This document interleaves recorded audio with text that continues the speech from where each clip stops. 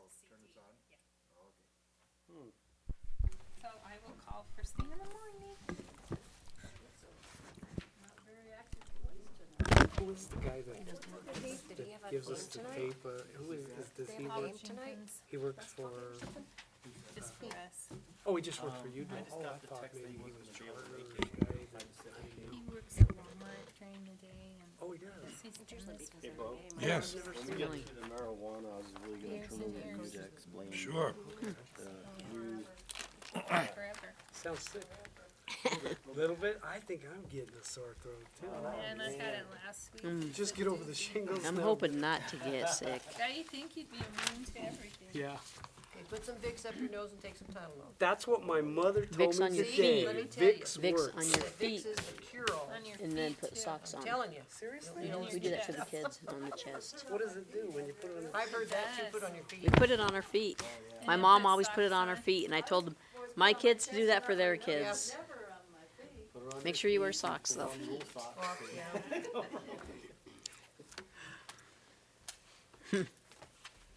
I don't know. He told me the same for the baby to put Vicks on his feet. Yep. Really? The doctor told I you? think it helps. I- My grandma and aunt told me. Probably work. That's what I told my kids to do A for their lot cheaper than kids. the doctor.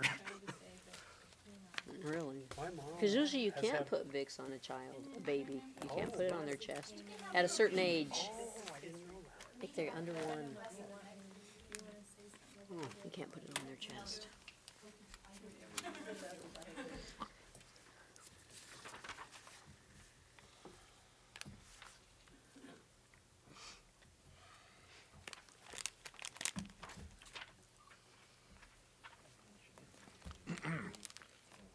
Well, we must be scheduling 2 or 3 important public hearings tonight. That's pretty nice in here, I think. Yeah. It is 6 o'clock, so we'll stand for the Pledge of Allegiance.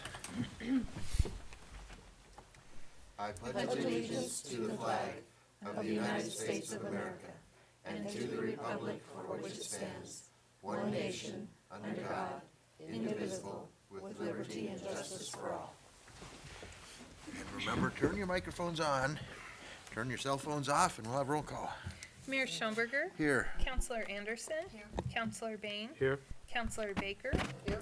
Counselor Dykes, Here. Counselor Quinlan. Here. Everyone has a copy of the minutes of the meeting of February 8th. Are there any corrections? Hearing none, they stand approved as submitted. Any visitors and delegation out there? Management, number 5, reaffirm council code of conduct. We enacted this code of conduct during our last session, and with the changeover in members, it's just a good idea to reaffirm that we're still abiding by the council code of conduct. Monty was saying that in a week or two, we'll try to get together and go over some specific instances where it's helped and things that have come up with all that. But tonight, we'll just, if there is a motion, we'll reaffirm. I make a motion that we reaffirm the council code of conduct. Second. Second. Motion and a second. Any discussion? If it's approved tonight or reaffirmed tonight, we'd like to have a new signature by each of the council members, and then that'll just go into our records. Roll call vote. Mayor Schomburger, Yes. Counselor Anderson, Yes. Counselor Bain, Yes. Counselor Baker, Yes. Counselor Dykes, Yes. Counselor Quinlan. Yes. Item B, resolution number 2016-2, water rates. Okay, this resolution is the new water rate structure that the city of Brush is putting in place if it's approved by city council. We've had a number of meetings in regards to this. We've had some presentations from our water consultants, and council asked for us to move forward with this, getting it on as an action item. However, one of the things that was requested was Joanne give a little more thorough presentation on the water rate structure, and the way that we wanted to do that was to give each of the council members a copy of what their current water rates are, what they will be in the future, answer any last questions that we have. And so Joanne's gonna explain some of those things to you, and we're hoping for approval tonight.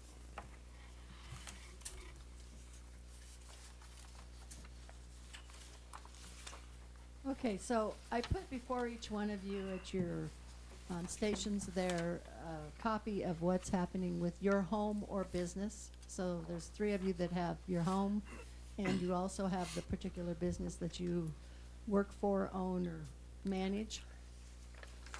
And so just to briefly go over this, actually the first part of this was what you would have been charged in 2015 for the March read. So for instance, the one I'm looking at, that would have been $25.50 with no overage. And then the March 2016 new rate change is $26.48. So that increase is 98 cents per month for a residential base rate. That equates out to a 4% increase over for 1 year, and if you divide that out by the 9 years it's been since we raised these rates, it's actually less than 0.5% in that time frame. Then if you actually take the highest water usage month, in this particular case it was July, and it was charged $27.90. The charge then, July of 2015 was $27.90. The charge based on the 9,000 gallons used at the new rate is $29.68. So this increase was $1.78 for that particular month. And that ends up being a 6% increase or less than 1% spread out over the 9 years. I kind of correlate that back to, as you recall, we've been talking about, and we have actually put in this resolution to increase our water rates. We just recently did that with our trash rates by the Denver Boulder CPI, which this last year it was 1.9%. So based on that, even at this increase, we would be underneath that Denver Boulder CPI.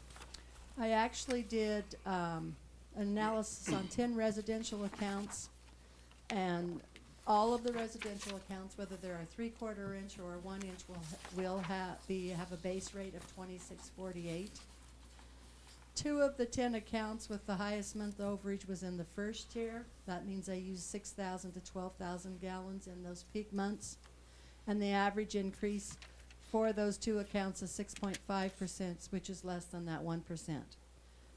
5 of the accounts, their highest month's average was in the second tier, which is 13,000 to 30,000 gallons of usage, with an average increase of 12%, which is 1.3 over the 9 years. 3 of the accounts' highest month's average was in the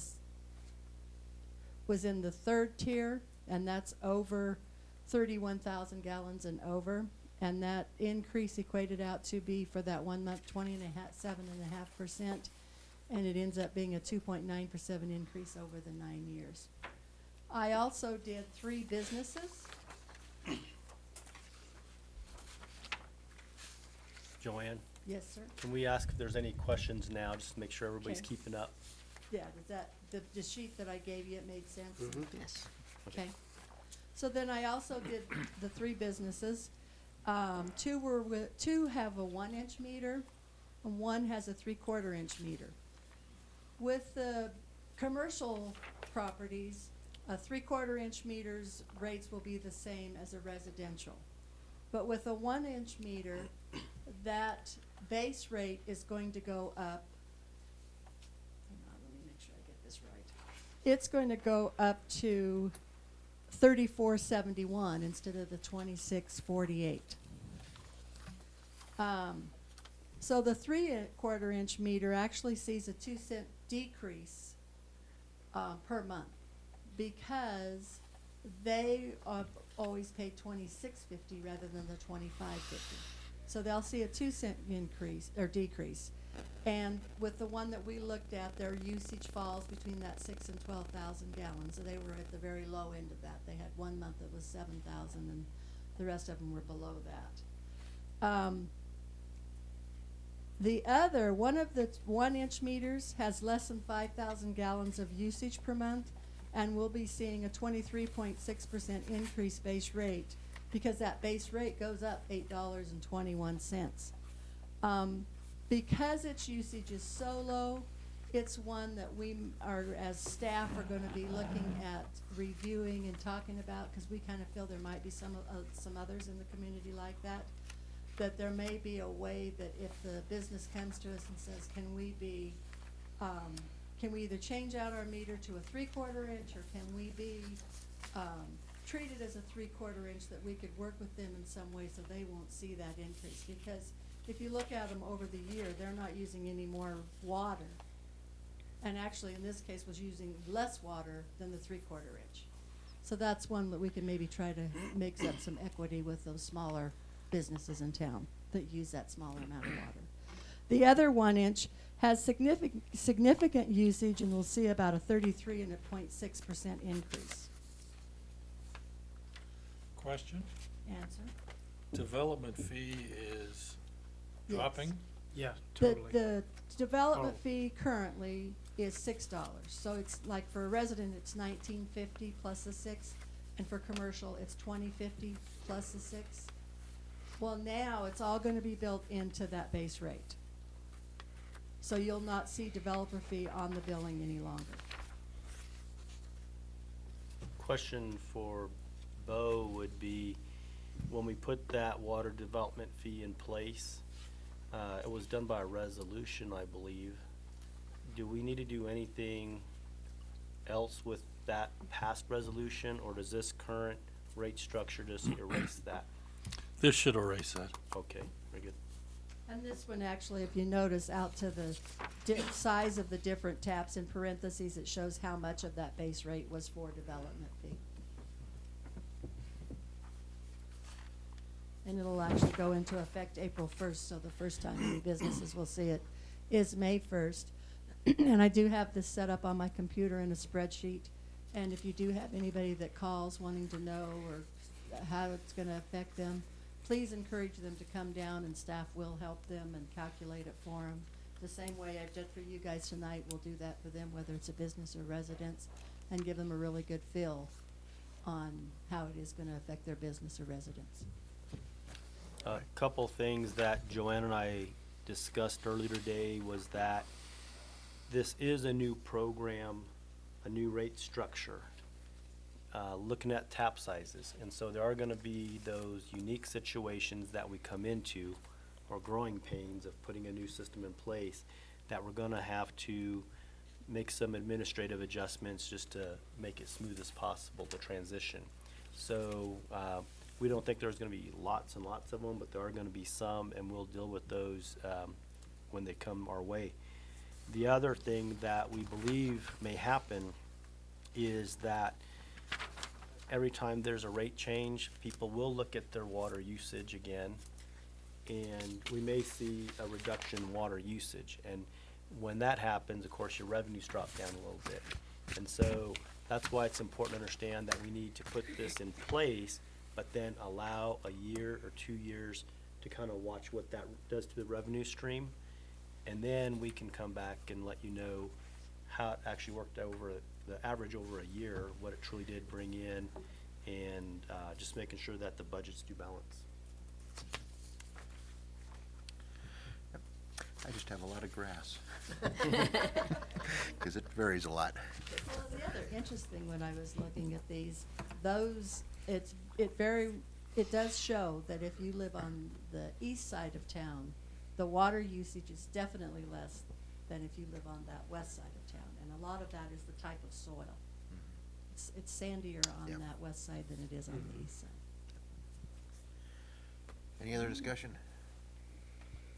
One thing I think is important to point out to people if they call or you run into people is that development fee, because a lot of confusion I think we need to emphasize that development fee is going away and is part of the base, because we're going from 1950 and that's 6, 25.50 to 26.48, 98 like Joanne says. That's 4% over 9 years, so less than 0.5%. So if people tell you that's 30% increase, is really not when they realize that fee is going away, and I think that's important to point out. And the history of that water development fee was, it was during a time when we were really trying to figure out the future of water for the city. We were making water purchases, so that was added on for that reason. Oh, So it's okay. really just so you guys know the history of it. So now that's gonna be absorbed into the base. The other thing too is I compared the communities surrounding us, and just for example, Fort Morgan's, the same amount of water in Morgan, they charge $42.76 for their base rate, and you don't get 5,000 in their base rate. And then for the next 5,000 would be $16. So if you were to compare our base rate, which most people are probably gonna hit that 5,000 in the winter when it don't have the summer months, the base rate in Fort Morgan would be 58.86 compared to 26. So we're still well under them, and we're also under Morgan Quality Water, because I looked at that too. And one thing that in the future, just always remember that our water advisory committee is very active now. We're trying to find that next source of water for the community. And when we do, and we have to start paying for a new source of water, you know, that's when our rates are gonna jump again. So making these small incremental steps helps ease that pain down the road when we make not as large of an increase. Right, and tying the next 3 years to the consumer price index will keep us hopefully from getting behind. So, Right. All right. Is there a motion? I make a motion, we approve resolution number 2016-2 regarding the water rates. Second? Any further discussion? And roll call vote. Counselor Quinlan, Yes. Counselor Dykes, Yes. Counselor Baker, Yes. Counselor Bain, yes. Counselor Anderson, Yes. Mayor Schomberger. Yes. Moving on to finance. Okay, I also move that we approve disbursements and payroll from February 8th through the 22nd of 2016 totaling $260,676.95. Second? Motion and a second. Any discussion? Roll call vote. Counselor Dykes, Yes. Counselor Baker, Yes. Counselor Bain, Yes. Counselor Anderson, Yes. Mayor Schomberger. Yes. Counselor Quinlan. Yes. Staff reports. Finance. I just have one real quick item. Today I did get a call from Greg Edel, and he did confirm with me that our amended supplemental budget for the downtown project was executed on Friday of last week, the 19th. And so hopefully we will be moving forward with that project in the very near future. Good. And one comment on that is a thanks to Joanne and Dell for their work, because what they did in putting together that supplemental request was roughly $350,000 increase. And so it's a significant amount of funds that they worked towards getting just to reduce the cost of the city. So good job. Police. We've been staying real steady, 300 calls for service average per week, so things are going pretty smooth and normal there. We're implementing a new procedure when it comes to traffic contacts on warnings. What we're going to is it's a regular business card, and we're printing them up in the office here. They just have the officer's name on them. They can throw down the information as far as when, why they stopped them, where they stopped them. And there's a couple intents behind this. Number one, it keeps the officers moving, gets them going faster versus the old written warnings that we did. And we'll still be able to use the written warnings, but in a lot of cases, we'll be able to use these.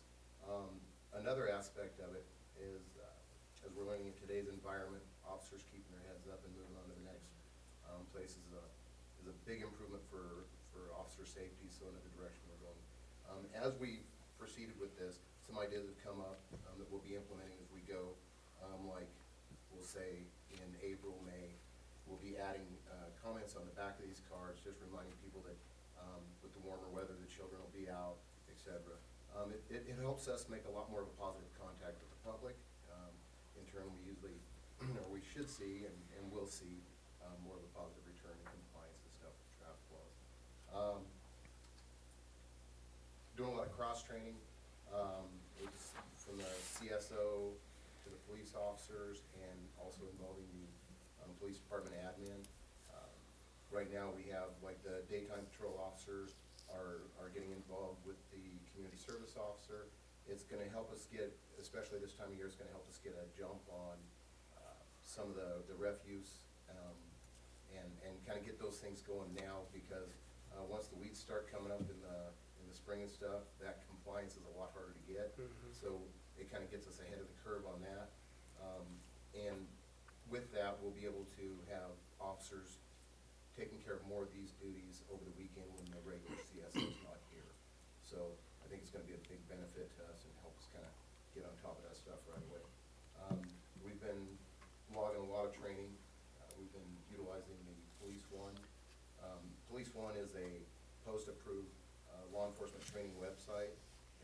The officers can just log on and do whatever training it may be, and then they can print sometimes it's videos, sometimes it's a lot of reading, and then they can print a certificate from there. It goes towards their post hours. We've logged probably close to 60 hours already on that without any out-of-house training that these officers are able to do. They get a little time before the end of their shift or something, and they're getting this kicked out.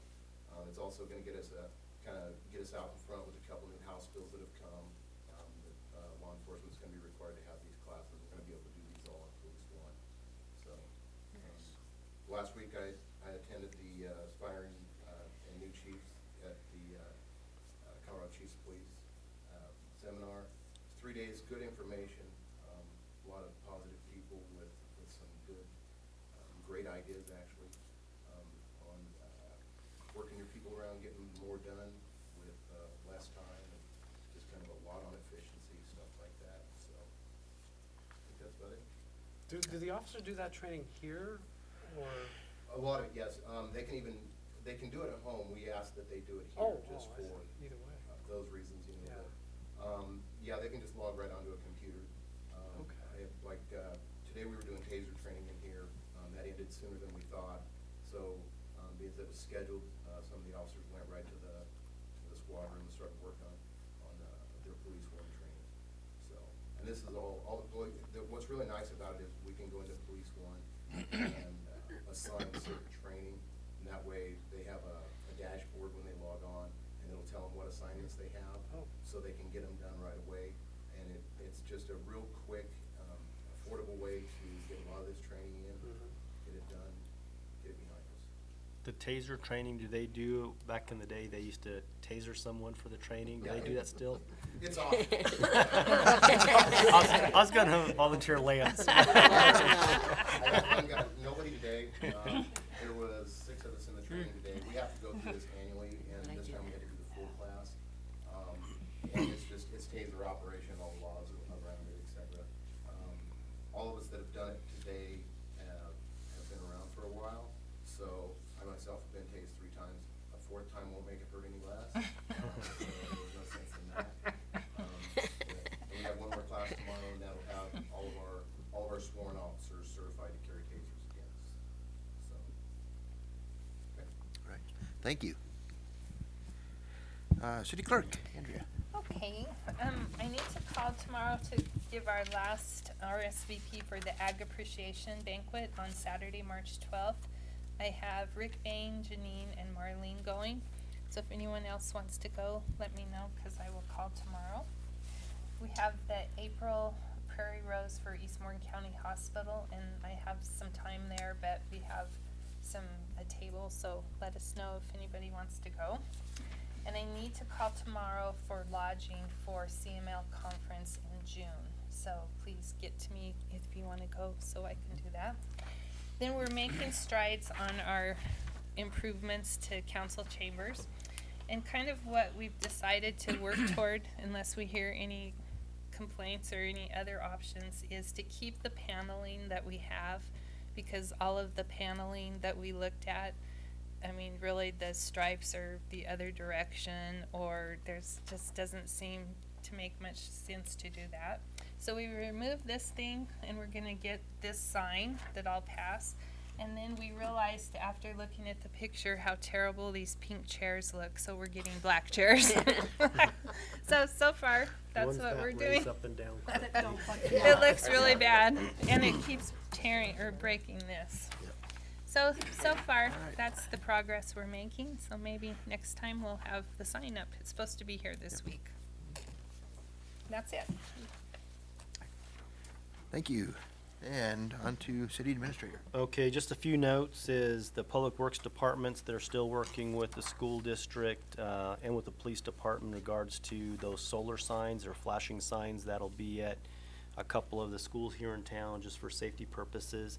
And they should be pretty close at wrapping up on how to program those signs.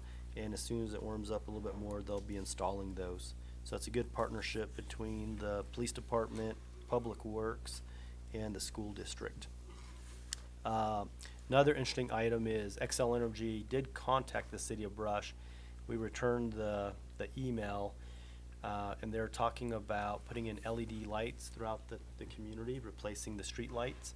And so the first step is to get them down here to meet with us and talk about the two different options that they offer as far as the cost of that project.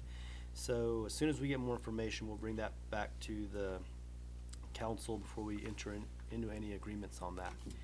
Next is the solar farm project that's still moving along, and a binding letter has been signed with the company so that they can move forward with the Xcel Energy Solar Rewards Program. And they're looking at the old Heinz feedlot property on South Clayton Street. If you remember where that used to be. Now it's a flat piece of property, and their surveyors are supposed to be getting out there this week. And they're gonna do the survey work first, get some elevation points out there to determine where the floodplain is at, and then also do some soil probing out there to see what's underneath the ground. And then they should be able to tell us if it will be suitable for that project. And it's an opportunity for the community to go green essentially, also a way for us to save some costs in the future, as solar is usually fairly free. So hopefully it shines a lot. We continue working with CDOT and the Federal Highways Administration, trying to get funding for Mill Street. And we should be hearing the next few weeks how that process is going. What I heard from the state was we're on step 4 of a 6-step process to turn back some funding that we had received through FEMA. And then we've already started the process with CDOT to start acquiring the Federal Highways Administration funds, so that process is on its way as well. So kind of a cumbersome process, but the intent is to hopefully get 80% of Mill Street's construction cost paid for through federal funds versus local funds.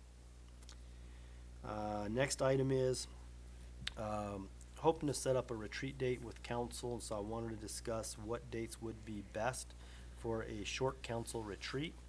And the mayor had a couple dates, I think, the next couple Mondays. Monday, the 29th, we don't have anything.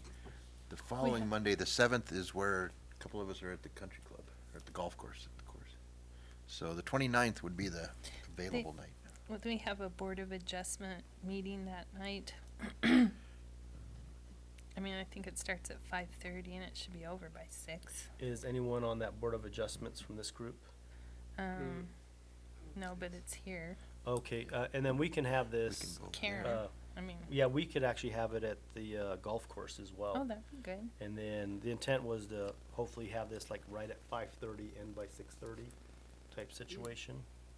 Yeah, I'm good for that night. I'm better to do it the 29th than The 29th. 29 afterward, then I'm already in middle school track. So the 29th, Okay. 5:30? It's okay, yep. Awesome. Very good. That's all I have. Council reports. I had complaints about the snow removal.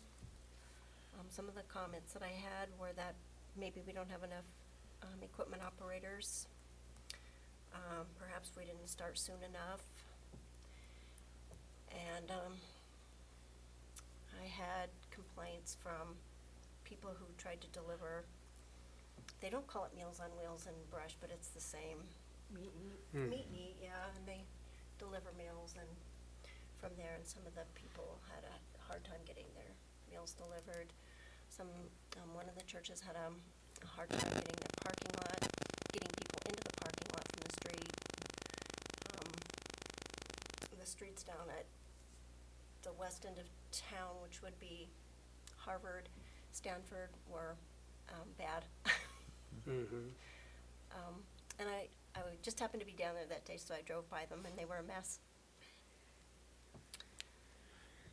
Yeah, I would say I've gotten complaints too, and not calls, but basically when I'm out talking to people, and it was that the city didn't, that we used to be proud of getting the streets cleaned, and I think we did a good job of the main arterials, but the side streets, really, there was some that didn't look touched to me.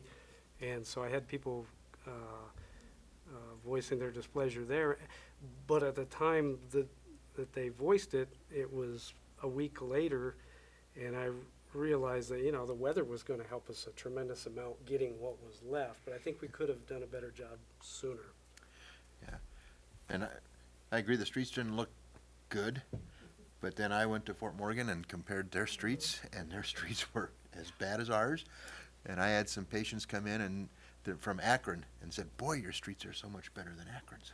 So, they weren't great, but It was a great volume of snow, though. Yeah. I mean, I can, personally, I shoveled 3 consecutive days Yeah. to keep my So did I. sidewalks and driveway clear, so I mean, I think the volume that came down was unusual, that, I mean, when do you start plowing? I think And it at may have what caught point? everybody by surprise. It's volume, and also the one thing that is different about Brush than most communities is that we don't just plow, we actually plow, windrow it, Pick it up. pick it up, haul it outside of town, drop it off. So when you add that much amount of time and labor, it does take a long time to get that much snow taken care of. And one of the things that every snowstorm's different, you know, depends on the temperature of the ground, it depends on what time the snowstorm hits, if it's for a few hours or if it's for 2 days. I think this one was more like a 2-day storm. And so you have to wait a certain amount of time to let enough of it fall and accumulate before you start running the plows over the streets. And I do know that that first few days, there was a lot of overtime that was involved. But then at a certain point, you can only run the guys at 14, 16 hours so many days straight. And so that's when they start pulling off and doing normal work days, because in the morning, it started freezing at night, got really cold. So once it's packed and frozen down, You can't the do that. blades don't want to run low enough. Or if you do try and get them to run low enough, you start picking up pieces of asphalt and getting too close to the curbs, you start taking off pieces of concrete. So now they're back trying to patch concrete, and not concrete, but the asphalt now that they caught during the storm. And we have had some turnover there in our street department too. And so a lot of the more seasoned operators, they're not working for the city anymore. So you have other ones that they still not operate, but maybe they don't have 20 years of stick time on a grader. They've been doing off and on here and there. So there's gonna be a little bit of learning curve too. I will talk to Dell about it and see if there's anything that we can improve upon, for the next round. And hopefully it's not as much snow this time. Yeah, again, I think the volume was the difference, because my husband plows for the school district, and they could not keep up with it. And same thing too, they only have 2 guys, 3 guys, and how many hours can they work? I mean, he was working 10-hour days, and, I mean, if he worked from 9 or 10 a.m. to when you said it gets soft enough to plow till dark, I mean, he still wouldn't have got it done. I mean, and that's why they didn't have school, was because they just could not get the lots clean. So I just think the volume was just unusual. I think it was a lot of volume, I do, but there were side streets that 10 days later had not been touched. I mean, not been touched. It was still this deep, and those people were dealing with that. The volume and all of the points Monty's making, I understand how cold it gets the first night, and it makes sense to me that you don't get everybody out there right away when it's gonna be a 2-day event, because you have to do everything twice, which doesn't make sense. But I mean, the people that are complaining to me weren't just complaining about this storm. They think there's a little bit less being done in that area, so. All right. While we're on streets, I don't know if this is why I should bring this up. I had a resident ask me if there was ever a possibility that they would take Glacier Street out to 234. I said, I don't know, I'll ask. You know, Glacier goes by Yeah. Thompson School, and they would go clear to 34. I said, Oh. I'll just mention Beaver it. Valley. Yeah, Did they go through well, a little somebody's history property, on that is I we bet it did, A field, somebody's. so you're saying just across that little field and, Yeah. right, and that was looked at years ago. Okay.